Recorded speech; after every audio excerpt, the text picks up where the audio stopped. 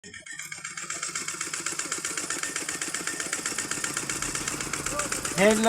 guys. Hello mga kuya, mga ate. Ito po ang pagpa-plat ng sibuyas.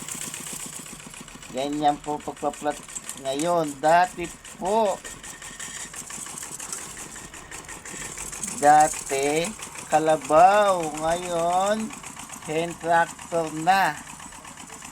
Ayan o. Hand tractor na po. Lagyan na ng gulong sa likod. Nakaupo pa. Dati kalabaw. Aaruhin yan. Tapos ngayon, ang galing talaga gumawa ng paraan ng Pilipino. Ayan yung pagpa-plat ng taniman ng sibuyas.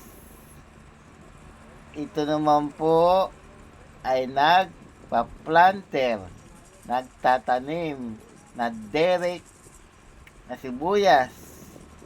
May 3 tao. Yung 2 tao sa unahan, hinihila ang planter.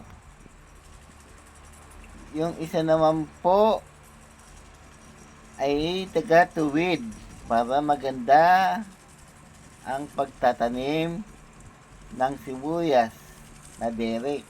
Ayan no. Sabay-sabay yung 2 sa unahan. Ayan no. Ayan. Pagkatapos niyan, lilipat sa kabila. Ayan. Konting pahinga. I-check nila kung may ano pa. Check naman. Ayan o. Ganyan po ang pagtatanim ng derek dito sa Vega, Bungabon, Nueva Ecija. Ayan o. Talaga namang kagandang pagmasdan. Dati at ngayon ay pakyawan na po ang pagpa-planter ng sibuyas dito sa Vega, Bungabon para po mabilis silang matapos. Ayan no, ang haba-haba niya no. Ito na lang po 6 kulang-kulang ay sobrang kalating hektarya. Ayan po yung buto na ginamit, takis na puti.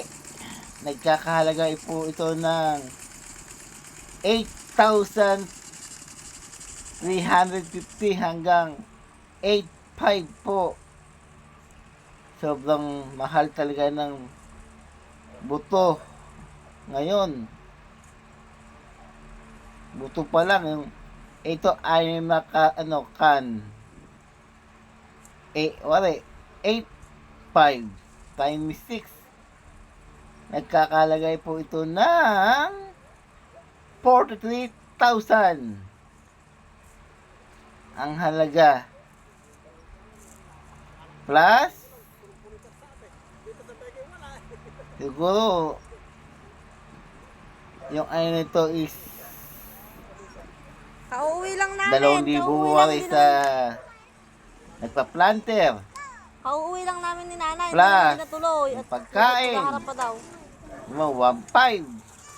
Siyempre, yung kurudo ng traktor is mga 2,000. Ayan, no? Malilipat na naman sila. Oh? Ganyan po talaga ang sipag at tiyaga lang. Magpagasta siya ganon. Oh, ha? Ganyan. Ako planter.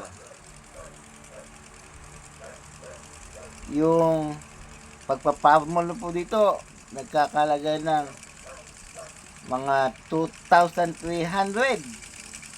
Magkano na yun? Ayan po, oh. Pagpa-plan, sir, at saka Didilimin sila siguro ng kaunti. pag ano ng sibuyas.